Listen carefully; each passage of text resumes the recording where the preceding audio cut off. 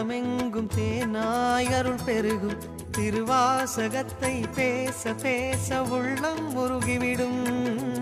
ஆதியான சிவனே சிவஜோதியான சிவனே, ஆதியான சிவனே சிவஜோதியான சிவனே. தேடுகின்ற உள்ளம் எங்கும் தேனாய் அருள் பெருகும் திருவாசகத்தை பேச பேச உள்ளம் முருகிவிடும்.